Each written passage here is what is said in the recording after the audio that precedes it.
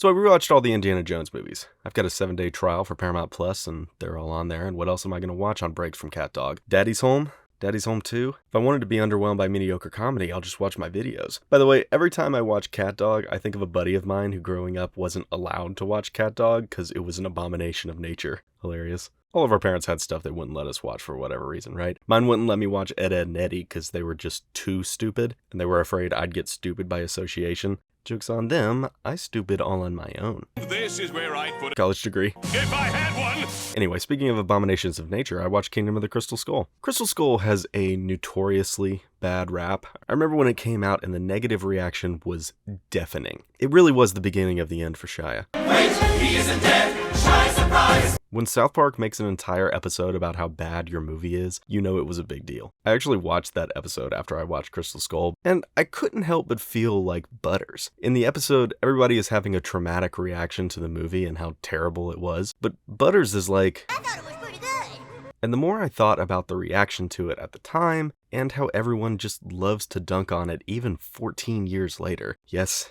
it came out 14 years ago. It kind of reminded me of the Star Wars prequels, and I wondered why Crystal Skull hasn't had the same gradual fan reconciliation that we've had with the prequels. In both circumstances, there is bad stuff in these movies. Jar Jar and aliens, Kid Vader and Greaser Shia, angsty teen sand hater and refrigerator daddy. A lot of stuff in these movies are not good. They're closer to awful than enjoyable. But with the prequels, we've been able to set aside the bad and enjoy the good. Enjoy them for what they are. Why hasn't that happened with Indy? I love the original Star Wars trilogy as much as anyone, but it has its own share of silly stuff. Lucas tried a very similar formula in the prequels as he did in the originals. It just didn't land. He's like a comedian telling one joke that gets a laugh and a very similar one that just doesn't work as well. And the same thing happened to Indy with Spielberg and Lucas. The original Indies had a lot of silliness that we overlook. A common complaint is the effects in the Crystal Skull is not good, and they're not, but there are a lot of stuff in the originals that looks downright terrible too. This shot in Last Crusade, for example, is just not good. And a lot of the stuff they tried in Crystal Skull is pretty familiar when you think about it. As much as we hated these CGI ants, there was just as much animal horror in the originals. Snakes, rats, spiders. They were real, so it works a little better, but it's still a similar idea. Raiders monkey good, Crystal Skull monkey bad? They're both monkeys. The intention was similar, just one didn't turn out as good. Everybody hates Shia, but what about her? She whined through the entire movie. Even Short Round isn't as fun as you remember. Watch it again. I think maybe we were just a kid too, and liked having a surrogate in an indie movie. Also, I kept calling him Bo Round while writing this. Anybody else have a Bojangles near them? God, it's so good.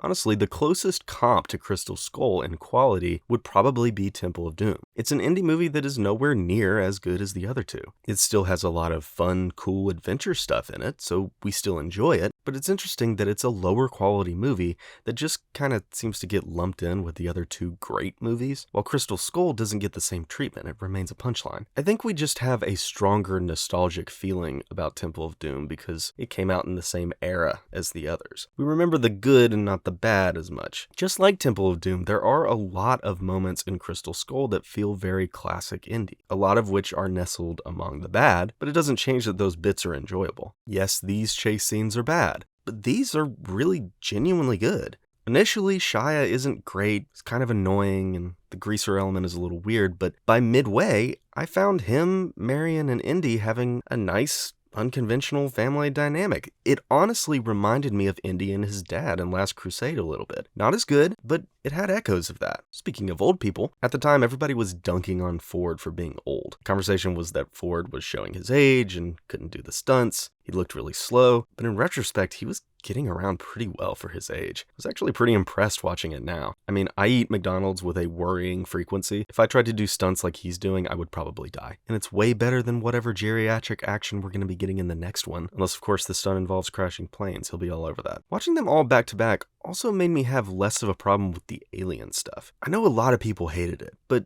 each movie has its own kind of self-contained quest, and the artifact has more to do with the movie-specific characters than Indy himself. Raiders has the arc because the baddies are obsessed with biblical power. Indy gets involved with some magic rocks in Temple of Doom just because he's in the area or something. He just shows up.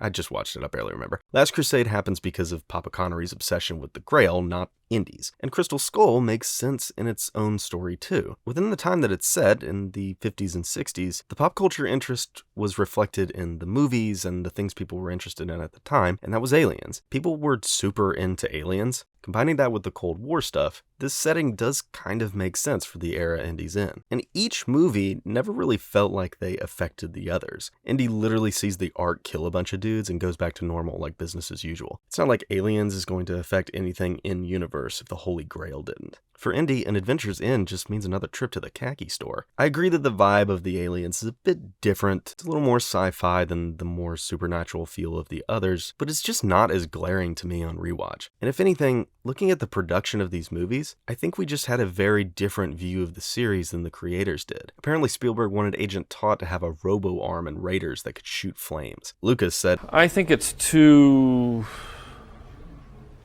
much. Which is kind of hilarious in retrospect that Lucas was the voice of reason there, but I think it shows the headspace of these creators. Maybe we just assumed these movies were more grounded than they were. It actually kind of brings the series in line with the games. The games have gone even more in this direction of anything goes. I'm not saying it fits perfectly, but given the time periods and environments these movies are set in, it makes more sense than we give it credit for. I just can't see Cold War era powers being interested in the Holy Grail. As time goes on, we have become more interested in space and technology than ancient powers, and that seems to be the case in Indy's world as well as ours. I do wonder what the theme of the next one will be, though. It's been 14 years, so 14 years from Crystal Skull would be like 70s? Indiana Jones and the Pet Rock.